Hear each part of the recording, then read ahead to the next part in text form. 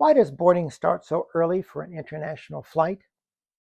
If your international flight departs at 6 p.m., why does boarding start at 5 p.m.? You may think, why so early? But departure time does not equal boarding time. For those that don't understand that, you might miss your flight even at the gate. Welcome to Travel with Buddy and Jordan. I'm Jordan and your co-host Buddy, my travel companion as always. In the last video, we talked about tight international connections. Today, I want to discuss why international boarding takes so long. First, the wide-body issue. When you board a wide-body international aircraft like this Airbus 350-900, for example, you're boarding an aircraft that can carry 300 to 350 or more passengers. It's a lot. And that's a lot to get people seated, stow their carry-on luggage, get settled, and the flight attendants doing their final pre-checks. And it's an international flight, so people tend to bring more items.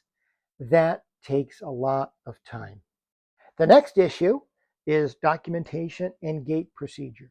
Unlike a domestic departure, at your international gate, the gate agents will verify your passport, your visa or travel authorization, entry requirements. So even if you checked in at the gate, checked in at the airport with that, they will verify that again at the gate. And if there are any issues with your passport validity, visa expiration, that will definitely slow the process. Next issue is departure versus closed door time. At 6 p.m. departure is when the aircraft is pushing back from the gate to begin their taxi on their journey. It is not when boarding closes. For most international flights, boarding ends 10 to 15 minutes before departure. That means if your flight departs at 6 p.m., boarding will likely close at 5:45. So if you're late and you just stroll up to your departure gate at 5:55, that door's closed.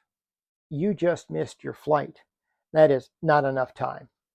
And once that door closes, that gate agent is not opening it up unless it's extremely exceptional circumstances, because that airline has a schedule to meet.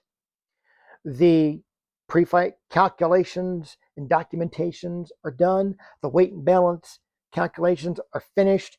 Everybody's seated. Flight attendants are doing their pre-final safety checks and everything else. They are ready to go. They are ready to depart. They're not open. So just consider that door is closed. You missed your flight. And now you need to find the next international flight to your destination. Why this connection or why this time matters. If you have a tight international connection, that can be really, really risky. If your inbound flight arrives at, say, 5:05 for a 6 p.m. departure, you may think, oh, I've got almost an hour. No problem. No. Remember, that boarding door is probably going to be closing at 5:45. So now you're landing at 5:05. Now you got to get out, go from domestic terminal, international terminal, all before that boarding door closes.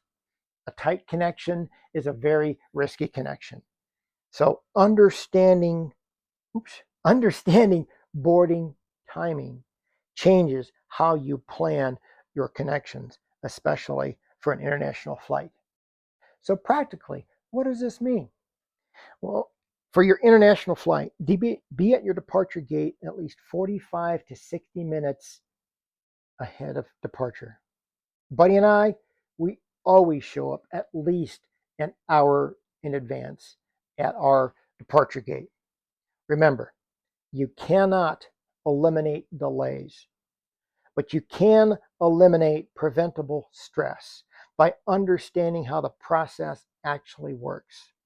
And when you understand the timing, international travel is predictable. And predictable travel is far less stressful. And Buddy and I do not like additional stress, especially when flying. We like to enjoy our travel, our flying, as stress-free as possible. So if this was helpful, I'll continue breaking down airports, flying, international travel here on this channel. If you want more detailed guidance from check-in to arrival at your destination, you can check us out at our site at Travel with Buddy and Jordan. And with that, have a very enjoyable international flight.